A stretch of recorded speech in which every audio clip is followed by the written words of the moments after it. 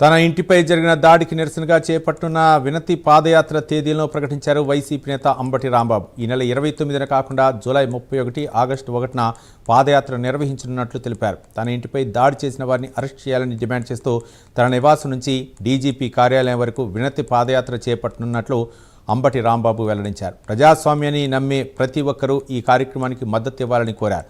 Police వ్యవస్థ రాజకీయ ఒత్తిళ్లకు లోను కాకుండా విధులు నిర్వహించాలని వ్యాఖ్యానించారు అంబటి రాంబాబు.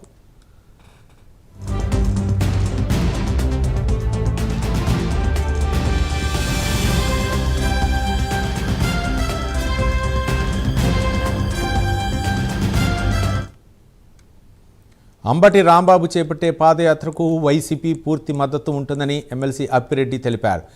పెద్ద సంఖ్యలో పార్టీ కార్యకర్తలు పాల్గొంటారని, దాడికి పాల్పడిన వారిపై కఠిన చర్యలు తీసుకోవాలని డిమాండ్ చేశారు. ప్రభుత్వ వైఖరిని ప్రజలకు వివరించేందుకే ఈ కార్యక్రమం చేపడుతున్నామన్నారు.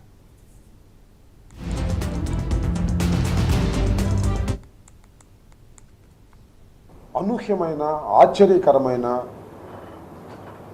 గతంలో ఇప్పుడు ఏ సందర్భంలోనూ రాజకీయాల్లో జరగనటువంటి ఒక పెద్ద దాడి జరిగింది.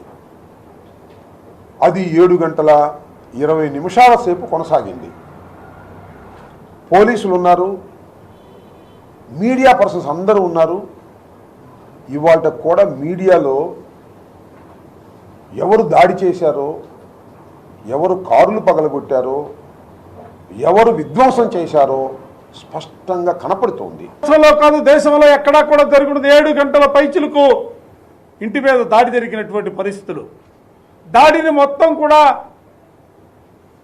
మీడియా చూపించినటువంటి పరిస్థితులు కూడా మరో పక్క ఉన్నాయి.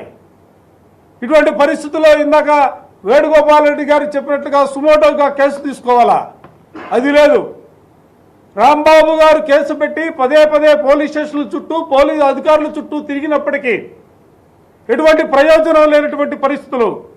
అంటే ఈ రాష్ట్రంలో వ్యవస్థలు మొత్తం నిర్వీర్యమవుతున్నటువంటి పరిస్థితులు, వ్యవస్థలు కాపాడవలసినటువంటి నాయకులు ఎవరైతే ఈ ఘటన కారకులయ్యారో వారి పక్కన నిలబడుతున్నటువంటి పరిస్థితులు వాళ్ళ కళ్ళ కట్టట్టుగా కనిపిస్తున్నటువంటి పరిస్థితులకు రెండు ఆంధ్రప్రదేశ్ ప్రభుత్వ పోలీసులు అనేటువంటి భావన కూడా ఉంది. ఈ రోజున చంద్రబాబు నాయుడు గారు ఆంధ్రప్రదేశ్ పోలీస్ అనేటువంటి బ్యాడ్జ్ తీసేసి టీడీపీ పోలీస్ అనేటువంటి కొత్త బ్యాడ్జ్ని ఒకటి ఏర్పాటు చేశారు.